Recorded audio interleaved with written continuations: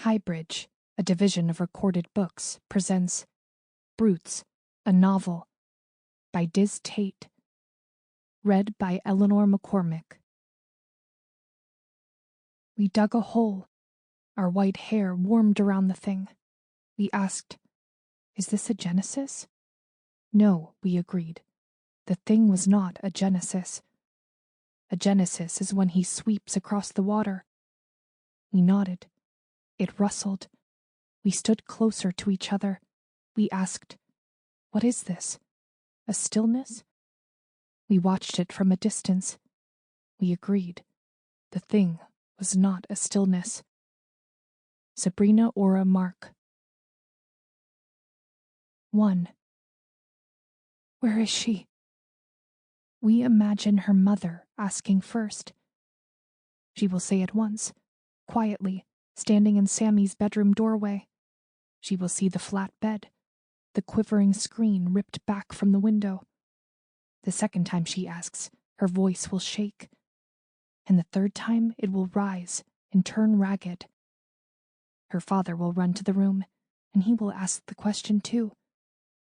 Where is she? At first, his voice will be small, like our little sisters' voices when they come to crawl into our beds, when their dreams will not let them loose.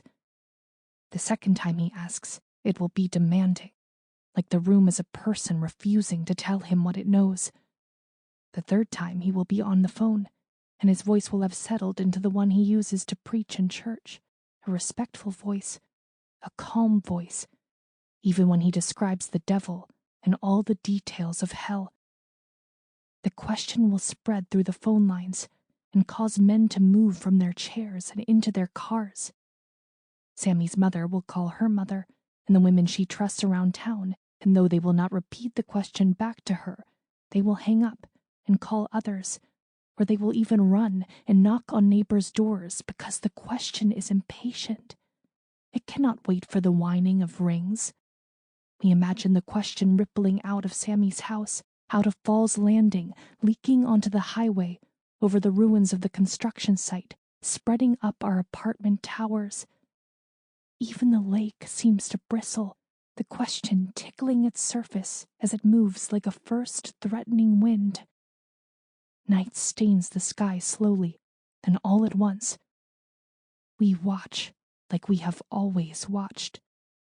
Soon we see the blue streaks of sirens. Cop cars wind down the highway, one after the other. We watch them twirl around the exit ramp and speed around the right shore of the lake. They thread through the Falls Landing gate and disappear. We can see the roof of Sammy's house beyond the white walls, strobing from darkness to blue, darkness to blue. We imagine the cops moving toward her door, their heavy hands knocking, and the twisted faces of her parents as her mother clutches her father, and her father clutches the frame of the door. We imagine the neighbors' children waking to see alien illuminations on their bedroom walls, blue messages that seem to summon their parents, who rush to check that the children are safely breathing in their beds. Our hands shiver, and our binoculars shake. We force ourselves to focus. Figures begin to drift out of the Falls Landing gate. Some are alone, others huddle in groups. They are not women we know, but we recognize them, like women we have seen in the background of movies or our dreams. They are built for church, in skirts and pastel-colored sweaters. They have flashlights strapped to their foreheads so we cannot make out their features. Their faces are circles of light, like unfinished pictures. They march across the construction site and toward the lake as though they plan to conquer it. Some scrape at the dirt with long metal poles. Others have shovels and pitchforks. They poke and stab and spike our ground. They walk as far as the lip of the lake, and some hold their instruments above its surface, but we are satisfied that not one of them dares to disturb the stillness of the water. The lake is dark, indivisible from the low, starless sky, illuminated occasionally by the theme park's swerving spotlights. A small moon leaks across the water, vague as a pool light. We track the paths of the women. They do not hesitate. They walk smoothly. They do not seem afraid, and we resent this in strangers. They cluster on the construction site, prying up the foundations of the unbuilt houses, peering under forgotten tarps and rotting planks and pallets. They knock their way into the single-finished show home, their noses wrinkled, their flashlight beams passing swiftly across the needles, the wine bottles, the stained mattress. Since the roof blew off in a hurricane and the workers left, the show home is a well-known place for love. After it was abandoned, someone dragged in a mattress and strung a tent above it with jumper cables to protect it from the rain. The tent is thin, and we have looked down on the shapes and shadows of bodies meeting there for years, watching as they come together and peel apart. Like guardian angels, we watch politely from our windows, but the searching women do not seem to want to bless the place. There is judgment in every move they make. They scrape the surfaces with their flashlight beams, find nothing, and leave the door rudely open. 2 women march farther, keeping to the lake's edge, past our apartments and toward the wild place, the place even we do not dare to go. We swing our binoculars to the left to follow them. The round glare of a flashlight reveals the warning sign on the wire fence that surrounds the wild place lot, the electrocuted man with crosses for eyes and sparks for hair. The tall grass beyond the fence is thick as a wall. We watch one of the women lick her thumb and test a diamond of wire. Her hand jerks. We laugh silently. We can almost see the electric jolt minnow its way through her big, disbelieving bones. Their search is determined and choreographed. And watching them, it is like we can hear their thoughts, loud as a chant. Where is she? Where is she? Where is she? They are toneless and militant and sure. We track the women carefully, but soon the night closes around so tightly that we begin to lose them. We chase their flashlights. In the quick lit circles, we see a stray cat baring its teeth, the end of a snake tail, the glint of Eddie's abandoned ladder. But the scene is like a dark screen with the occasional burst of clear pixels.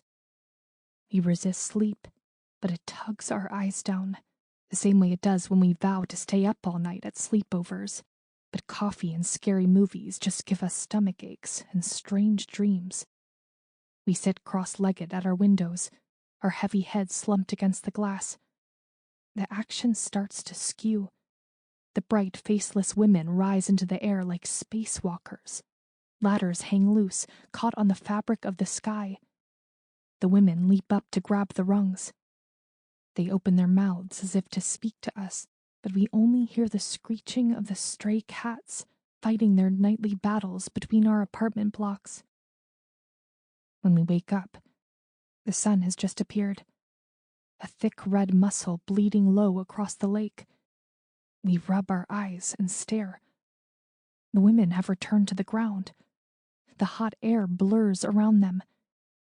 They seem deflated and move slowly through the morning's pink haze. They have abandoned their instruments and seem to be calling her name over and over. They look desperate, their determination lost. We giggle. We focus our binoculars on their mouths, the lowering and widening of their pleading jaws. Sammy, Sammy, Sammy. We can hear more sirens on the highway and the faint noise of tourists let loose from the hotels and into the theme parks across the lake. Our mothers lean over us in our beds, and we let our eyes flutter beneath their cool hands. We like the smell of their hangovers, the tang of liquor and limes. Something's happened, they say.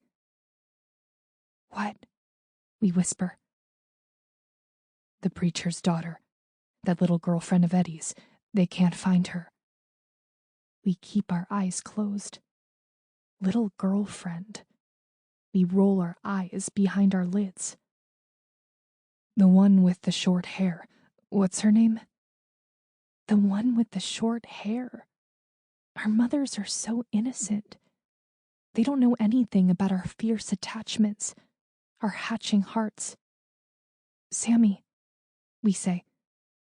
We try to keep our voices still. We've made coffee, they say. We'll explain everything, they say. We nod and wait for them to leave us alone. We return to our windows as soon as the door clicks shut behind them. The construction site below has transformed into a carnival. Tents have been raised up around the show home. Plastic trash buckets full of ice and bottled water are positioned along the Falls Landing wall. Trucks are parked up along the road to the highway, their beds a tangle of metal detectors, walking sticks, paper, and tape. The women remain, not as many as we thought, only a dozen or so. New pink t-shirts donned as a uniform. They look bright and shapeless, sprung from a multi-pack. They squat in front of the flaps of their tents, warming coffee over campfires or brushing their teeth, rinsing and spitting over distressed grass. We see the sheriff parked up by the Falls Landing gate, clutching his hand radio like a kid told to stay in the corner. Even through the glass of our windows, we can hear the faint voices we recognize, voices from other apartments, our mothers and grandmothers on the balconies. Some balance phones to their ears with one shoulder, a trick they learned when we were babies and always wanted to be held. Some shout across to their neighbors. We can't make out the words, but we know they are saying, "Where is she?" Or they are using other words, but this is what they mean. We know which mothers are praying, which mothers are offering dirty explanations, which mothers are already crying, which mothers are asking too many questions. We know every type of mother. We go into our kitchens, the linoleum-lined corners that set off the kitchens from the brown carpet of the main rooms. We pour our coffee from the pot. We add French vanilla creamer, 3 sugars. The television plays in the background on mute. We see the usual stories, the nightly fires that have been set around town all summer, small enough that they burn themselves out, leaving only smashed glass and scorch marks. The workers are still striking outside the ringed fence of the fertilizer factory, slouched on crates, angel wings of sweat sprouting between their shoulder blades. They show pictures of the little girl who got her leg chewed off by an alligator near the golf course lake, some new footage of her mother taking selfies minutes before. Then a photo of Sammy appears, a recent photograph with her shaved head, new piercing large in the whorl of her left ear. The word breaking appears at the bottom of the screen, and the anchors shuffle their papers faster. Then there is a shot of her father at one of his rallies, his large hands pressed together and raised. Her mothers reach over and extinguish the screen. We sit and signal for them to begin. "We don't know all the details," they say. "Still daylight and she was gone. Nothing taken with her, everything exactly the same except the screen was torn in her bedroom window." We nod, blow on our coffee. We understand what our mothers are saying. Sometimes when we wait for them to pay in the grocery store, we leave them and look at the notice board with all the posters of missing people. Some have been gone for years. We look at the kids from every county, their sticky smiles and their parents' pleas. We pay particular attention to the girls. They look so familiar, and yet they have gone to a place our mothers will never describe to us. We do our research, and we hear stories full of dirt, stories that make us nauseous, though somehow also know them. We have just been told them by our mothers using different words. We realize the woods are not woods, and the wolves are not wolves. In these stories, the ones that once sent us to sleep, the mothers are always banished or cursed or dead. "Are you okay?" our mothers ask. "The whole town's out looking for her, so don't worry." We look at them. "Don't let your minds run away with you," they say. "She probably just went for a sleepover." They bare their teeth at us. Their teeth are the color of our coffee, from an alternating diet of cigarettes and tooth-whitening strips. We dress carefully. We want to look our best, but we don't want anyone to notice our efforts. We want to look lazy and gorgeous and innocent. Our beds are smothered by our discarded outfits. Layla wears her gym shorts and one of the black hoodies her dad left behind. Brittany wears a baby blue polo shirt, butterfly clips in her hair, and a pair of white denim shorts we all want. Jody wears flip-flops with rhinestones glued onto the bands. Hazel wears Jody's old red swimsuit tucked into her shorts, stuffed with tissue to make it tight. Isabel wears a peasant skirt and a long string of plastic pearls. Christian wears a pinstriped vest and eyeliner he applies 3 times. We stare at ourselves in the mirror. Sammy is gone, we think, and our faces do not falter. We give nothing away. We smear eyeshadow up to our eyebrows. We color and shine our lips with gloss. We smile. We shimmer. We feel like we do not exist. We find one another outside and slow down to escape our mothers. We hover behind them and walk around the lake. Eddie's ladder lies in the grass near the dock. We hopscotch between each square of it, the same way we step on every crack in the sidewalk. My mom says she's probably just testing her mom. My mom says if they don't find her, then no one has a shot in hell. My mom thinks it's weird her dad's calling her an angel on the news, like it makes it sound like she's dead. We laugh at that one. Dead. We only think about death when we think about Brittany's dad. We are careful never to think about Brittany's dad. Layla's stolen a pack of her mother's cigarettes, the kind we like the most with the silver band around the end.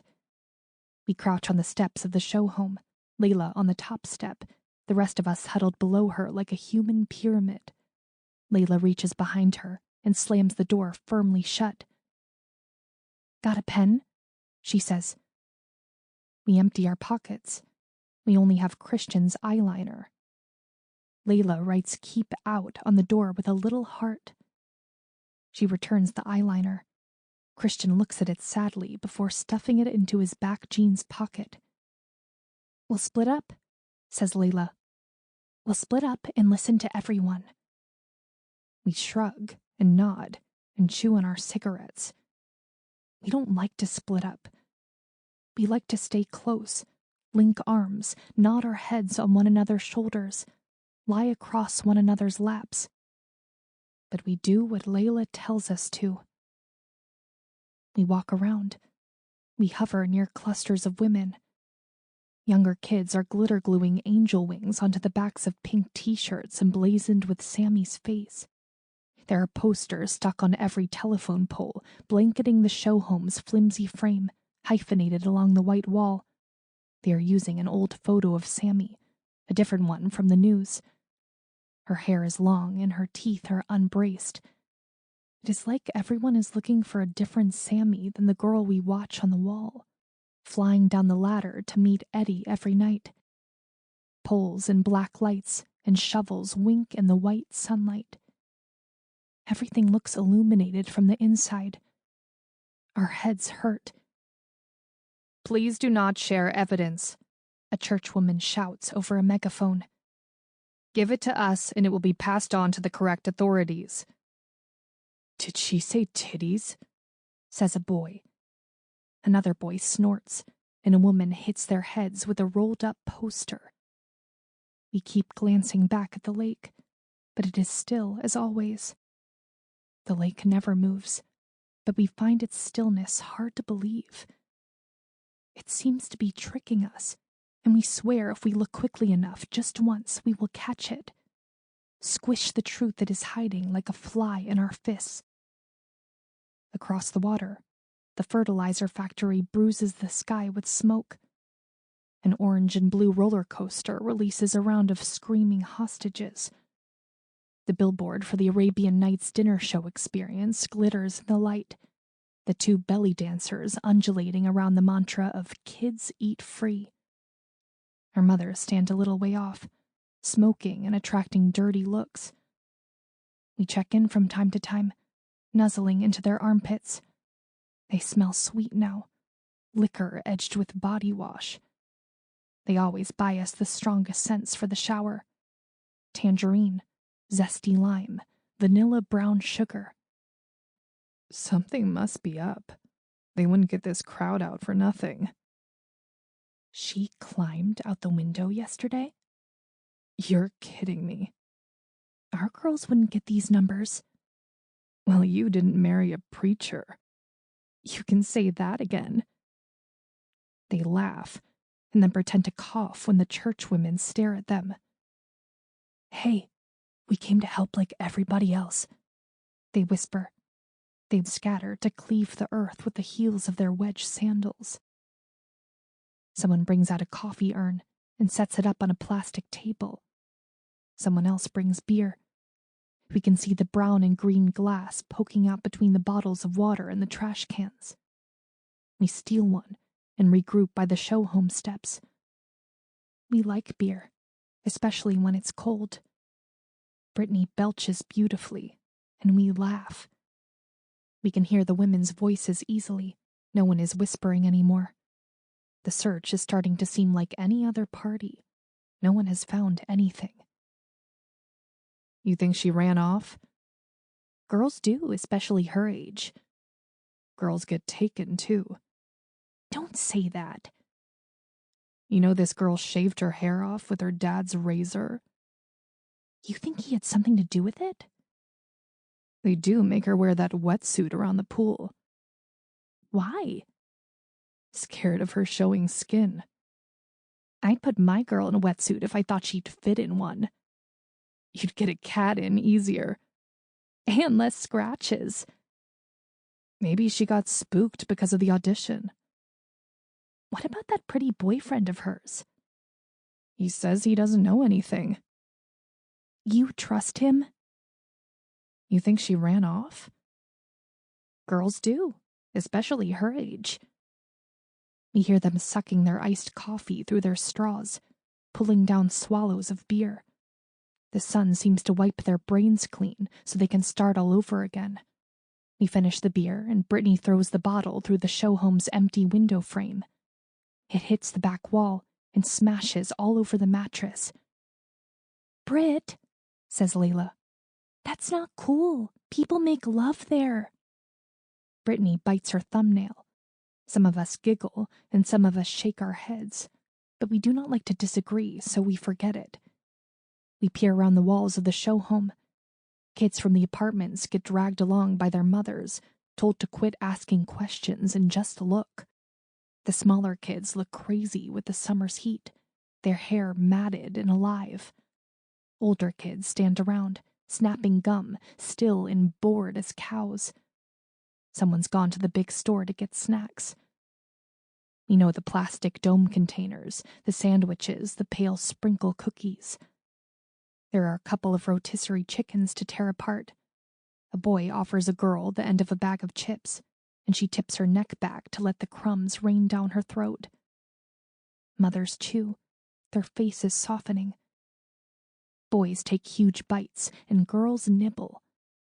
Little kids dissect sandwiches suspiciously for things they have decided not to like. We see mouths, and more mouths, chewing orange chicken, turkey mayonnaise, refrigerated brownie bites. Saliva curls between lips. Seeds burst in simultaneous blasts from rounds of tomatoes. Veins of fat swing loose. Wisps of lettuce hang limp. Mysterious specks burrow between large white teeth. We look at each other. Nothing, says Layla. They've got nothing. Like always, says Brittany. And this time, we all laugh. 2. The first time we really noticed Sammy Liulu was 1 year ago. She started 8th grade when we started 7th. We did not know much about her then, only that she lived in one of the big white houses on the other side of the wall around Falls Landing. We knew her dad was a famous TV preacher who traveled the world doing revivals. Sometimes he spoke at our church on Sunday, and we noticed Sammy and her mother sitting in the front row, their long, dark hair hanging in sheets over their faces, their hands clasped tight. When Sammy's dad preached, especially after we failed a school eye test or had diarrhea, our mothers made us go up at the end to let him rest his big hands on either side of our heads, like he was trying to squeeze something out of us. We submitted to this, and sometimes Brittany pretended to faint or talk in tongues, but we did not find it very interesting. We didn't care about men, and we didn't believe in miracles. We always thought Sammy was weird, but in a way we understood. She wore big sweaters and ate her lunch alone in the library, and once she'd yelled at a gang of girls at lunch for saying, "Oh my God." Her voice was high and squeaky as she told them to stop using God's name in vain, taught with belief. We all thought she'd cry when everyone laughed at her, but she didn't. She stared at the girl who said it, and for a second the cafeteria was silent, almost afraid. We swore she seemed about to levitate. Then the bell rang, and she returned to being invisible, ignored. We forgot about her completely. But then she had a birthday party.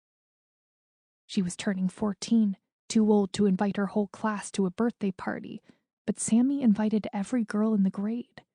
She was indiscriminate. No one was left out for the fun of it. She spent a whole day handing out invitations, threw one down on every girl's desk, scattered them like dollars in a music video, flung them across her table in the cafeteria. Later that night, we gathered at the apartment's playground and listened to the 8th grade girls as they sat around on the slide, throwing Sammy's invitations in the air and shouting, "Girls only," an impression of her squeaky voice. Who does she think she is, anyway? I don't even want to go if there's no guys. Girls only. You know she's got warts in her throat. Her vocal cords. Whatever. She sounds like a freaking dog toy. She has to get them shaved off every 3 years with a laser. How do you know? I asked her. You just asked her? That's so mean. You're crazy. The girls laughed, but we liked Sammy's voice. The crackle that made it sound like she was telling secrets no matter what she said. We couldn't wait any longer. Let us see it! Let us see it! We pleaded. The girls rolled their eyes and passed us their invitations. The paper on our palms was warm and thick, like cream cheese frosting. We unraveled the invitations and specks of paper confetti fell out. We caught them on the pads of our fingers. We squinted and saw they were in the shape of little birds. Let's burn them, said Kayla, Layla's big sister. She loved to burn anything, especially beautiful things. She liked to watch cheap earrings curl on the sidewalk, pink bougainvillea flowers from the pool shrink and blacken, the ends of her prettiest friend's hair vanish. We immediately put the tiny perfect birds on our tongues to save them. They dissolved like sugar paper. They even tasted sweet. The big girls made a small fire of their invitations and dared each other to stamp it out with bare feet. Layla was the first one to try, but she cried when the soles of her feet met the flames. Still, on the day of the party, they were all lined up. Every 8th grade girl waited outside their block for Layla and Kayla's mom. Her boyfriend worked at the used car dealership and had got her a deal on a Volvo, and she could fit 5 girls on the back seat if everyone half sat on the lap of the next. We all knew the measures of our thighs exactly, knew them at their best, when we sucked in and stood tall in front of the mirror until we saw a gap, and at their worst, when we sat on the school bus and our skin swamped out like boxed mashed potato when we added the water. All the 8th grade girls were dressed up. They wore their best denim shorts, every plastic bracelet and bangle they owned on one wrist, T-shirts cut just below their bras or scalloped around. Sample complete. Ready to continue?